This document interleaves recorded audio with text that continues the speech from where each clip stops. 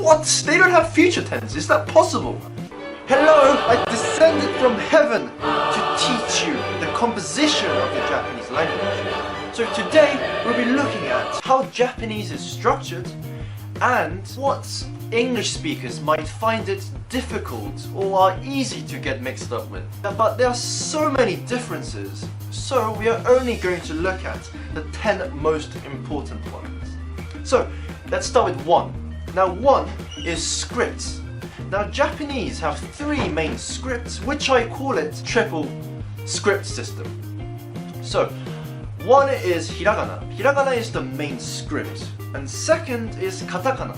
Now, we learned it in the previous lesson that katakana is used for foreign words and for emphasis and for kanji words which are difficult to write in kanji. And lastly, kanji itself, which are the words which are borrowed from China. Now from 2nd to 10, it's going to be grammatical differences. So let's start with 2nd. 2nd is verbs and tenses. Japanese don't have auxiliary verbs. What do I mean by auxiliary verbs? Is that, for example, in English, if you want to conjugate the verb to be, then it becomes like this. I am, you are, he is, and so on. But in Japanese, you don't have this am, are, or is bit. And secondly, they don't have numbers or persons. For example, you have first person singular, plural, second person singular, third person, and so on. It's so easy to get mixed up. But in Japanese, you don't have to worry about that. Why? Because all of them are equivalent. They're all the same. You only have to memorize one. Okay? And third is the Japanese word order. What do I mean by word order? Well, if you have watched my first video, then you probably already understand that the Japanese sentence starts with a subject, and then object, and then a verb. And fourth is that Japanese language often misses out subjects. Subjects are quite often forgotten in the sentence. Now, please compare these two examples. Oh, konnichiwa, Sensodori-san. Konnichiwa. Go, do it now! Do it! 昨日何食べた？しゃぶしゃぶとピザ。美味しかったよ。いいコンビネーションだと思う。一緒に食べない？あー、ごめん。今日はバイトがあるし、後で授業もあるから無理だと思う。残念だね。いや、冗談だった。実はお前と食べたくないだけだ。宿題やった？いいえ。死にたいの？あ、命だけは勘弁してください。名前は何ですか？バニラです。身分証明書ありません。English version. Yesterday dish what it. What?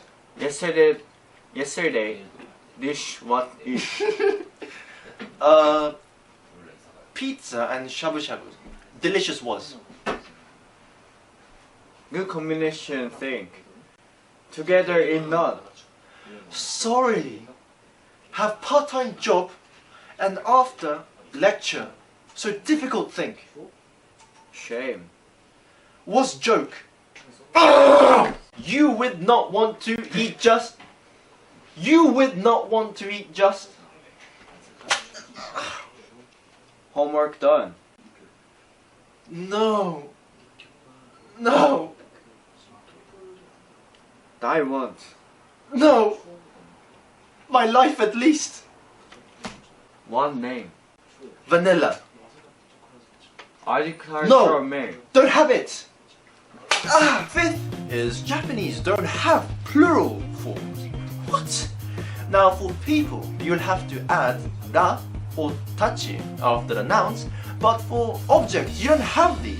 So, might be difficult, but you'll have to figure this out according to the context.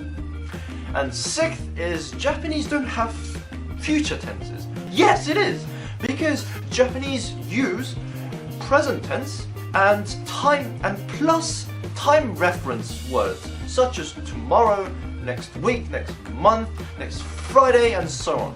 For example, if you want to ask a question, what are you doing tomorrow? Then you'll be saying, 明日何をする?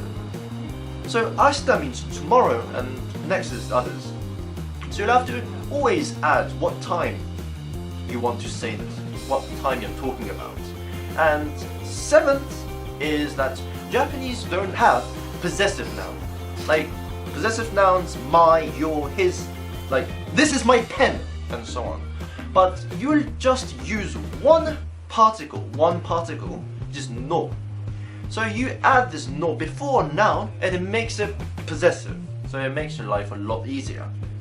And another thing which makes your life a lot easier is that Japanese don't have particles.